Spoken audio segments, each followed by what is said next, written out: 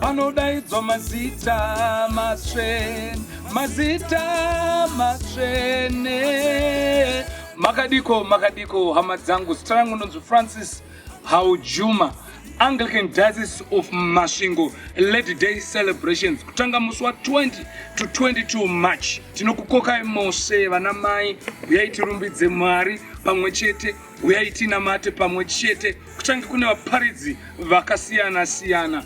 Inini wacho ndinge ndiripo Francis Haujuma, tichingoti nyasha ndedzako, tichidzana pamwe chete. Saka ndinokukokai kuti uyai tibatirane pamwe chete. Ichazenge ichiitirwa kuZvishavane paGresham Primary School.